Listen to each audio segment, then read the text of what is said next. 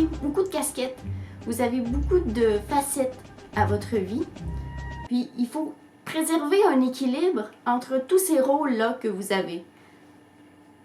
Vous ne pouvez pas tout faire en même temps. C'est pas possible. Donc votre équilibre, c'est pas de réussir à tout faire en même temps. Ce sera de privilégier un rôle ou l'autre, dépendant du moment où vous êtes. Quel équilibre? Peut-être que vous pensez à l'équilibre comme une chaise posée sur ses 4 pattes, bien stable. Mais c'est pas un équilibre d'être vivant. Un équilibre d'être vivant, ça ressemble plus à l'équilibre de quelqu'un qui fait du vélo, avec un balancement et un mouvement par en avant. Puis s'il s'arrête trop brusquement, ça tombe. Donc l'équilibre de la vie, c'est pas une stabilité, un confort, mais c'est un mouvement équilibré. Vous pouvez aussi imaginer le funambule qui marche sur son fil. En tant que proche aidant, on doit trouver un équilibre dans nos différents rôles. Parce que vous n'êtes pas seulement proche aidant, vous êtes aussi un conjoint, une conjointe, vous êtes aussi un travailleur ou un chef d'entreprise, vous êtes aussi l'enfant de quelqu'un qui fait peut-être de l'Alzheimer, du Parkinson. Vous êtes tout ça à la fois. Tous ces rôles-là, vous ne pouvez pas forcément les vivre en même temps. En fait, c'est pas possible.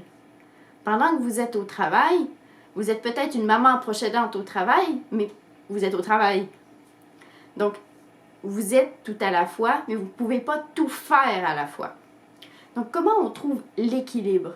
Il faut réfléchir à ce qui est prioritaire pour vous. Qu'est-ce qui est le plus important pour vous? Puis, ça se peut qu'il y ait des rôles d'importance égale, mais est-ce que c'est votre emploi? La reconnaissance sociale, le fait d'être un pilier de votre famille? Est-ce que c'est votre rôle de parent? Est-ce que c'est l'amitié que vous avez avec la personne que vous aidez?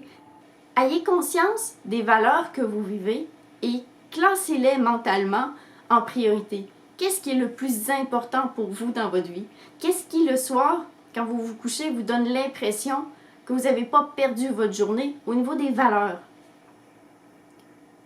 Une fois que c'est plus clair dans votre esprit, vous pouvez aussi mixer ensemble. Souvent, en fait, dans la vie, on est déchiré entre deux actions qui font appel à des valeurs différentes de nous. Que quand vous faites un de vos rôles, quand vous êtes, par exemple, caissière dans l'épicerie où vous travaillez, comment vous pouvez vivre à la fois les valeurs qui animent les autres rôles? Admettons que vous êtes proche aidante de votre mère qui fait de l'Alzheimer. Quand vous faites ce rôle-là, vous essayez d'être à l'écoute, attentif, de prendre soin de l'autre.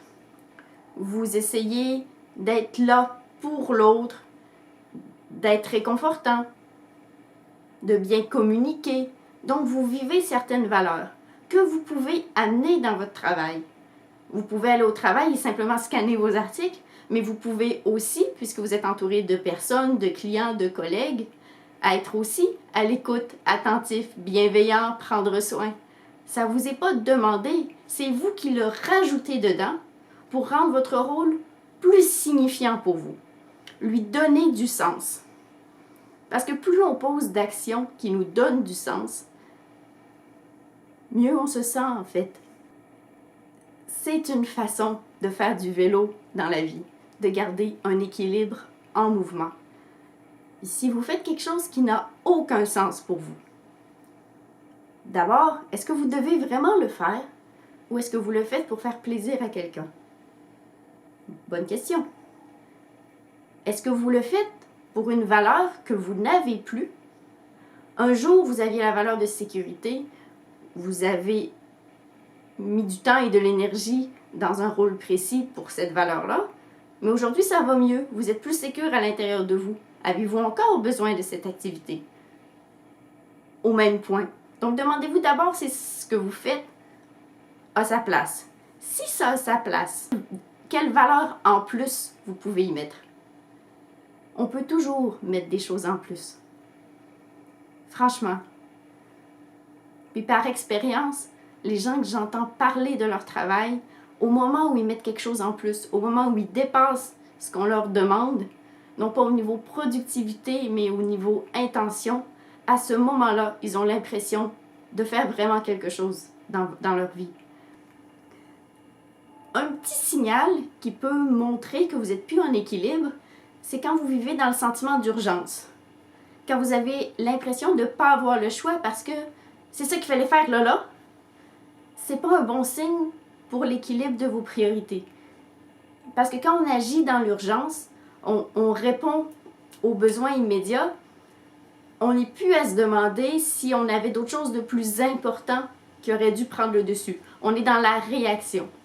Évidemment, quand c'est urgent, il faut y répondre. Mais est-ce que ce l'était vraiment? Est-ce qu'il y avait est-ce qu'il y a une façon de prévenir l'urgence pour ne plus se sentir coincé dedans? Donc, c'est important de prendre du recul.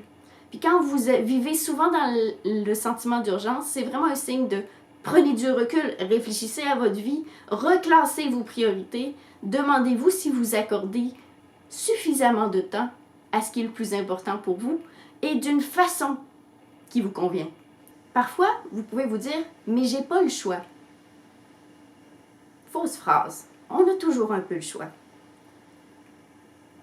Quand vous avez l'impression de ne pas avoir le choix, si vous prenez du recul, c'est que vous avez choisi d'agir selon certaines valeurs, mais puisque vous êtes dans l'urgence ou puisque vous êtes dans la détresse mentale, vous ne voyez plus la valeur qui vous a fait agir.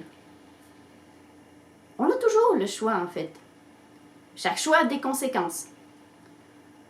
C'est votre enfant. Vous n'avez pas le choix de vous en occuper. Ah, tout le monde connaît des enfants dont les parents ne s'occupent pas. Ah oui, mais non, je ne ferai jamais ça. Ah, donc ça correspond à vos valeurs de vous occuper de votre enfant. Donc, vous l'avez choisi. Vous voyez, la perspective change. Parce qu'une fois que vous réfléchissez que vos actes, vous ne les faites pas parce que vous n'avez pas le choix, mais parce que vous choisissez d'agir de cette façon, parce que c'est comme ça que vous voulez être, ils vont devenir beaucoup moins pesants pour vous et vous allez retrouver un équilibre de vie. Parce que si vous vous rendez compte que vous le faites, mais que ça ne veut rien dire pour vous, vous allez arrêter de le faire. Alors, vos différents rôles, vivez-les de cette façon-là.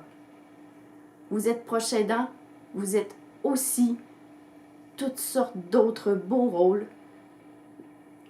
Vivez-les avec équilibre.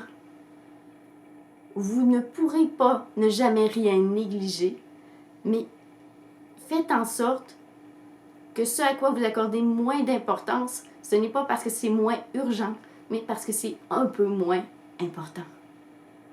Bonne journée à vous. Prenez soin de vous. Et s'il vous plaît, vous pouvez vous abonner à la chaîne, ça va m'encourager. Et vous pouvez laisser des commentaires en bas du vidéo YouTube si vous avez des suggestions à me faire. Merci.